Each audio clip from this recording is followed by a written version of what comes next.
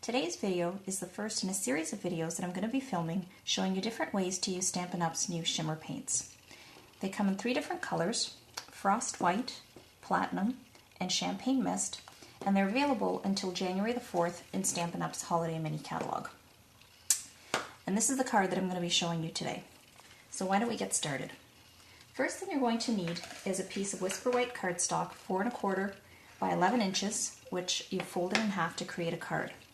Now you're going to grab some Dotto adhesive and place a small amount on the back of your card, and then you're going to stick that onto your grid paper. Next thing you're going to need is a template. Now I die cut this out of a sheet of acetate with Stampin' Up's Top Note die, and I've put some Dotto adhesive along the edges so that I can stick it to my grid paper but not to my card front. So I'm going to center this over my card front and press down on the Dotto so it sticks to the grid paper. And this will keep it from shifting. There we go. So now you're going to want to grab some Not Quite Navy ink and a wedge of stamping sponge. And I'm just going to set this over here to the side.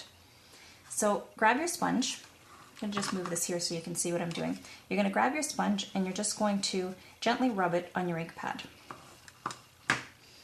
And as you can see, the acetate covers the whole front of my card. So what you want to do is you want to start off the card, so on the acetate, and then start rubbing in a circular motion onto your Whisper White cardstock.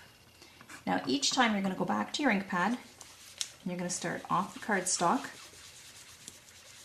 and you're going to rub on. So as you can see, what this does is the acetate window keeps the sponging in the shape of the Top Note die. And this is Stampin' Up's Top Note die. It's a die that is exclusive to Stampin' Up, and it is available in their current catalog. So as you can see, what I'm doing is I want my sponging to be a bit darker near the outside of the image, and then I want it to get lighter as we get to the center of the top note. So you're just going to keep doing this until you get the desired depth of color that you're looking for.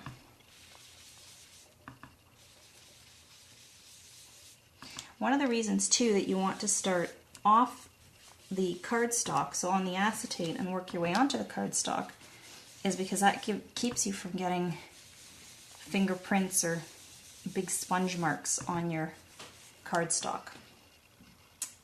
Okay, so once you've done that, you can set your sponge aside. I'm now going to take my imaging sheet from my Stamp-A-Majig, and I want to stamp Season's Greetings onto my card front, and this is from the Many Merry Messages stamp set. So I'm just going to use my Stamp-A-Majig, and I'm going to ink up my image on the Not Quite Navy stamp pad, and then press it on my card front. So once you've done that, you can set aside your Stamp-A-Majig. The next thing you want to do is you want to grab your multi-tree image from the Lovely as a Tree stamp set.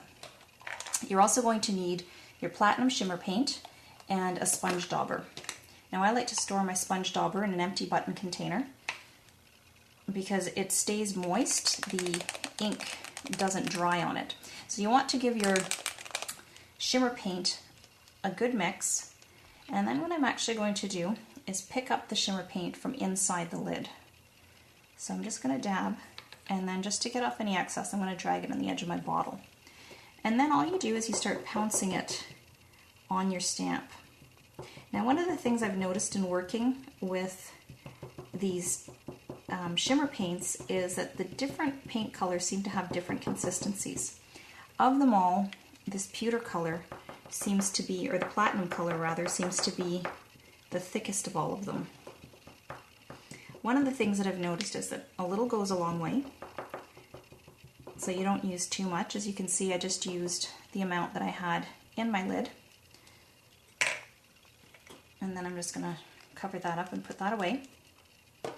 And then you just take your stamp, which has now been inked with the platinum, and I'm going to position it on my top note. And then I'm just going to press down well. And then lift it up. And you can see how pretty that looks on the cardstock. Once you've done that, you can grab some silver cord, and you can now take your acetate off your grid paper and set that aside. And then all that's left now is to tie your silver cord. So I've taken an 18-inch piece of silver cord, and I'm actually still going to leave, my card's still stuck to my grid paper with the dotto, and I'm just going to leave it there while I'm tying this.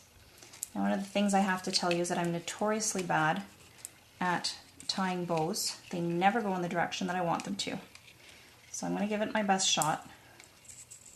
Because all I want to do is just tie my cord very loosely in a bow, which, as you can see there, does not look very good. So I'm going to have to do that again.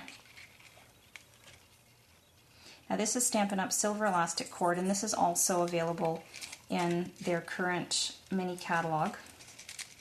And it is only available until January the 4th as well. So there you have it. Now you may need to, because this is an elastic cord, I do find that it tends to slip a little bit. So you may need to play with the bow ends and grab a hold of them and tighten them, and you may need to adjust the ends of the cord until you get a bow that you're happy with. And then once you've done that, you just slide it on your card front until you have it positioned where you like. And then grab yourself some scissors and just trim the ends. And you can now very carefully peel this off your grid paper. And there you have it. See how beautiful and shimmery that is? Very similar to using the silver pigment ink, but I find when you look at it in real life, the silver color is much more intense. So that's all there is to it. In the next video, we'll look at some other techniques. I hope you enjoyed this tutorial, and I look forward to stamping with you again.